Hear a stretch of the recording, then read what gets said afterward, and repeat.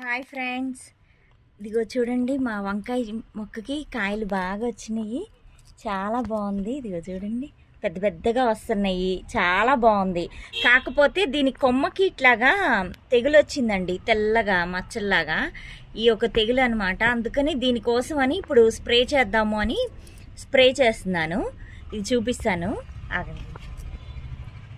ఇదిగోండి, ఇది pest oil.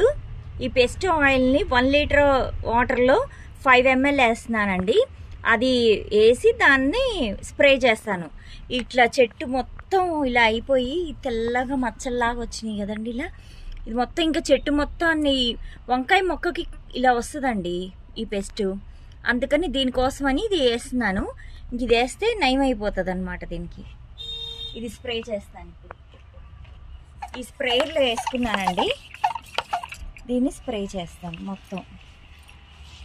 ఇట్లా మొత్తం స్ప్రే చేస్తే ఇంకా అది మొత్తం పోతుంది.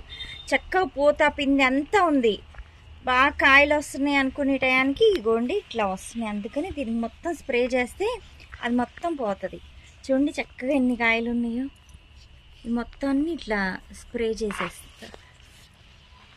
అప్పుడు మళ్ళీ మామూలుగా అయిపోతుంది. ఇదంతా పోతుంది తెగులు. అప్పుడప్పుడు స్ప్రే చేసుకుంటూ ఉండాలి. ఇట్లా ఏదో ఒకటి నీమ్ ఆయిల్ కానీ ఏదో ఒకటి స్ప్రే చేస్తూ ఉంటే బాగా మంచిగా చెట్టు బాగా ఏమైనా తెగులు అవన్నీ ఉంటే అన్నీ పోతాయి.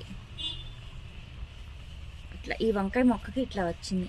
ఇంకా వంకాయలు చాలా ఉన్నాయి వేరే చెట్లకి కూడా. అవి కూడా చూపిస్తాను.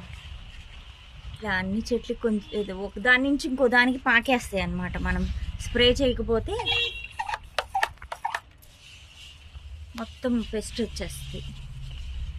ఈవినింగ్ టైంలో స్ప్రే చేసుకుంటూ ఉంటే బాగుంటుంది.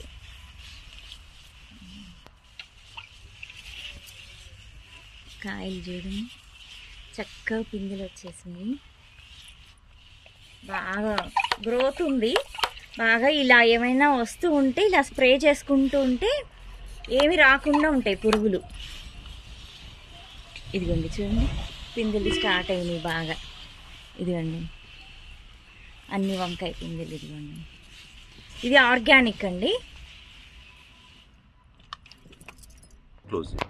ఇది ఆర్గానిక్ కాబట్టి పెద్ద ఇబ్బంది ఏమి ఉండదండి.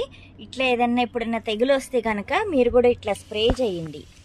అవన్నీ పోతాయి, అసలు ఇంకేం ఉండదు. మొత్తం చక్కగా ఇట్లా స్ప్రే చేసేస్తే ప్రాబ్లం ఉండదు అనమాట. ఓకే ఫ్రెండ్స్, నెక్స్ట్ వీడియోతో మళ్ళీ కలుద్దాం. బాయ్.